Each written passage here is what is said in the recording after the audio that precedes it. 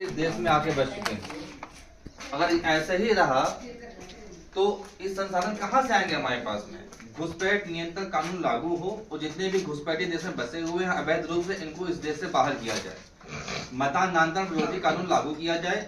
अभी छत्तीसगढ़ के मुख्यमंत्री जी ने अभी एक हफ्ते पहले उन्होंने कहा है कि मतांतरण से राष्ट्रांतर होता है। यदि मतांतरण होता रहा तो राष्ट्र नहीं बचेगा, पर ये कहने से नहीं होगा। इसके खिलाफ एक सख्त कानून लागू करना पड़ेगा। मतांतरण विरोधी कानून इस देश में लागू हो, हमारी पार्टी का मूल एजेंडा। न्यायालयों की समय सीमा तय हो, प्रत्येक पीड़ित व्यक्ति को 6 माह के अंदर न्याय मिल सके, ये हमारी पार्टी का एजेंडा है। हमारे 4 लाख मंदिर ऐसे हैं जिन मंदिरों पर सरकारी नियंत्रण है। मंदिर हमारे हैं, मंदिर पर चढ़ने पर चढ़ावा जो गुरुकुल में खर्च होना चाहिए, गौशाला पे खर्च होना चाहिए, निशालाओं पे खर्च होना चाहिए, धर्मशालाओं पे खर्च होना चाहिए, वो सारा धन सरकार ले जाती है। मस्जिद से नहीं लेती है टैक्स, एक भी पैसा नहीं लेती है। मदरसे से नहीं लेती है, मजारों से नहीं लेती है, गुरुद्वारे से नहीं लेती है, चर्च से नहीं लेती, केवल मंदिरों से ही क्यों? या तो आप सबसे लीजिए या तो हमारे मंदिर मठ आप मुक्त करिए। हमारे मंदिर मठों का पैसा हमारे लिए खर्च होगा, आपके लिए खर्च नहीं होगा। धारा 30 और धारा 28 में संशोधन होना चाहिए। बहुसंख्यक समाज के धार्मिक शिक्षण संस्थानों को सरकारी निधि से अनुदान नहीं दिया जा सकता, गैर संवैधानिक है। बाकी सभी के धार्मिक शिक्षण संस्थानों को राजकीय निधि से अनुदान दिया जा सकता, यह संवैधानिक है। 70 साल से अन्याय हो रहा है। एक भी पार्टी ऐसी नहीं बनी जिसने इसके खिलाफ आवाज उठाई हो। राष्ट्र धराधरी पहले ऐसा दल है जो इन सब मुद्दों को लेकर के अपनी आवाज बुलंद कर रहा है। हमारे व्यापार भाई बंधुओं के लिए एक देश 1% टैक्स लागू, 28% 18% का भारी भरकम जीएसटी जो कि उचित नहीं है। एक देश 1% टैक्स लागू हो जाए और ऑल ओवर टर्नओवर पे टैक्स बैंक के थ्रू कटता रहे। इससे देश की समृद्धि भी बढ़ेगी, राजकोष भी बढ़ेगा और साथ में व्यापारियों के सारी समस्याओं का समाधान हो जाएगा टैक्स से संबंधित। ये सब हमारे एजेंडे हैं, हमारे क्षेत्रीय एजेंडे हैं कि राष्ट्रीय सहारा ने जितना भी पैसा मारा है गरीबों का, वो उन गरीबों को, मिडिल क्लास लोगों को वापस दिलवाया जाए। राष्ट्रीय सहारा अपनी संपत्ति बेच के जा रहे हैं। अभी उन्होंने हॉस्पिटल बेचा, इससे पहले उन्होंने कई संपत्तियां बेची। सरकार सब जानती है, ये भी जानती है कितने लोगों का उसने पैसा मारा, किसी का पैसा उसको नहीं मिल रहा है। जितनी भी हमारे उद्योग हैं, सरकारी संस्थानें हैं, सब में रोबोटिकरण हो रहा है। इंसानों को जहाँ पे रोबोट रखे जा रहे हैं वो काम कर रहे हैं, रोजगार किसी को नहीं मिल रहा है। मशीनें इंसानों की हेल्प के लिए है, सहायता के लिए है। इंसानों को जहां पे अगर मशीनें बैठा दी जाएंगी तो इंसानों को रोजगार कहाँ जाएगा? ये सिस्टम खत्म होना चाहिए। इस प्रकार के हमारे 30 सूत्रीय एजेंडे, तो इसके लिए हम लोग काम कर रहे हैं। शिक्षा, स्वास्थ्य, शिक्षा निःशुल्क हो और मूल परक हो, रोजगार परक होनी चाहिए। स्वास्थ्य की हर सुविधाएं, गंभीर से गंभीर इलाज निःशुल्क होना चाहिए, ऊपर से आदेश, किसी बच्चे को फेल नहीं करना है। शिक्षा, शिक्षित और अशिक्षित में अंतर ही क्या रह जाएगा यदि कोई बच्चा फेल नहीं होगा? क्या ऐसे ही देश में स्कूल बनेगा? ये तो छला बात।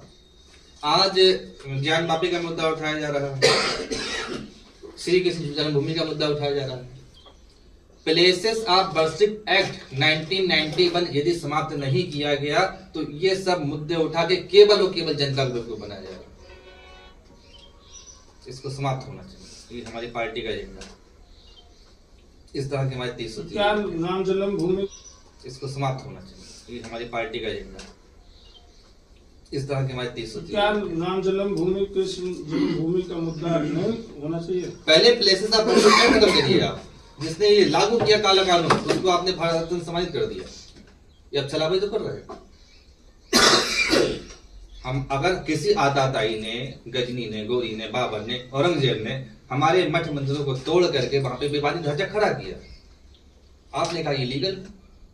प्लेसेस ऑफ वर्शिप एक्ट 1991 कहता है इलीगल है, इस पे कोई सुनवाई नहीं हो सकती, कोई केस नहीं कर सकता। करेगा तो वो असंवैधानिक होगा। तो जैसे मूर्त रूप में तो अपने रहना चाहिए। तो पहले काला कानून खत्म करें, प्लेसेस ऑफ वर्शिप 1991 को खत्म करिए, उसके बाद आप ज्ञान वापी का मुद्दा उठाइए, समझ में आती है बात। कृष्ण जन्मभूमि का मुद्दा उठाइए, समझ में आती है बात। तो जब तक काला कानून लागू है कि कोई आवाज ही नहीं उठा सकता, इस पर मुकदमा ही नहीं हो सकता। जान पापी है, कसूरा है, कोई भी ऐसा प्लेसेस है उसका फैसला आपके हक में नहीं आ सकता है। चाहे आप त्रिशूल लाके दिखाइए, चाहे आप मूर्तियां गड़ी हुई दिखाइए, चाहे आप बजू खाना में शिवलिंग दिखाइए, उससे कोई मतलब नहीं। पहले कानून में संशोधन हो, ये केवल बेवकूफ बनाया जा रहा है सरकार के पास। कानून में संशोधन करना आसान भी तो नहीं है। नहीं आसान, कृषि कानून भी तो आसान नहीं था और नोटबंदी भी आसान नहीं था। कैसे जीएसटी आप बहुत बताइएगा, आसान आप है। बताइए रोजाना एक नया कानून कैसे चल रहा किया जा है सकता है इसमें? और रोजाना एक नया पुराना कानून खत्म किया जाता है। आसान कुछ इस भी नहीं। कानून को संशोधन जो आप बता रहे हैं, संशोधन इसमें कैसे किया जाए? जैसे बनाएंगे तभी संशोधन हो जाता है। नहीं हो जाएगा, टाइम लगेगा। संशोधन होना इतना नहीं, आसान थोड़ी संशोधन है। होगा। आपके उसकी पास बहुमत सीट है, भी आप होनी कर चाहिए दोनों जगह, जब तक नहीं होगी। आप एक बार प्रयास तो सभा में करिए, बहुमत होना चाहिए। आप एक बार प्रयास तो करिए। बनेंगे। जनता देखेगी कि आपने प्रयास किया, नहीं सफल हुए कोई बात नहीं, आपने प्रयास तो करके दिखाइए। नहीं होगा, उसका आप प्रयास तो उसी का सिस्टम चल रहा है, होगा।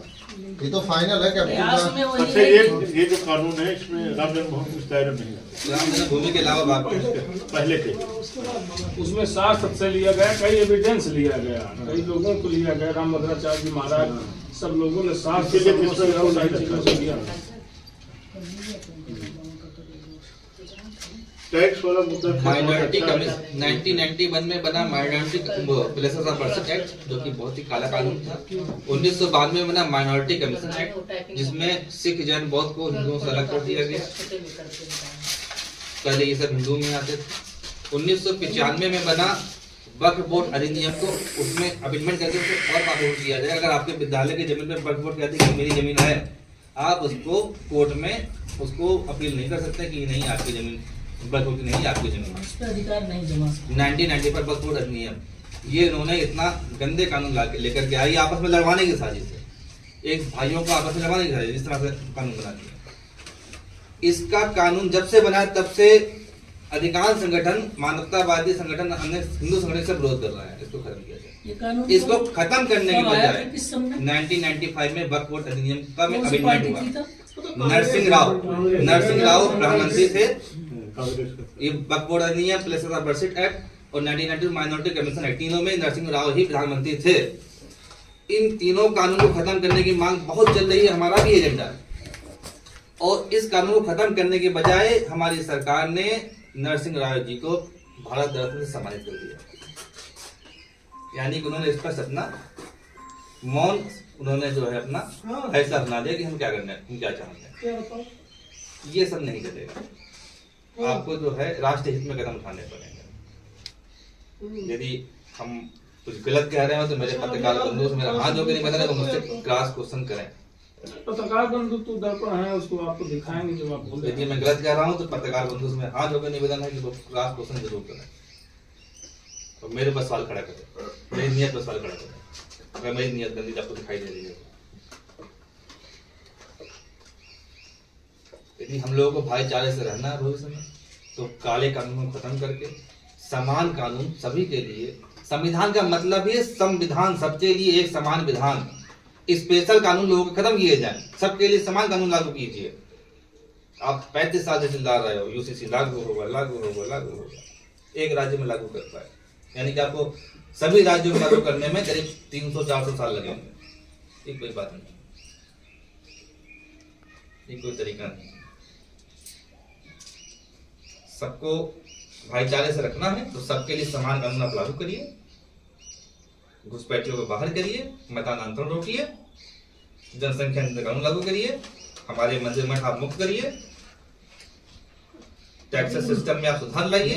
पहले से लोगों का भी कहना है कि अभी उस स्तर पे नहीं पहुंचे हैं कि हम कानून बदल सकते हैं। तो आज की कंडीशन में चलिए हम आपकी सारी व्यवस्था से 300 से हैं, एग्री हैं, बिल्कुल आपकी मांग डिमांड सही है, लेकिन सपोर्ट आज की डेट में हम आपकी करें या बीजेपी की करें?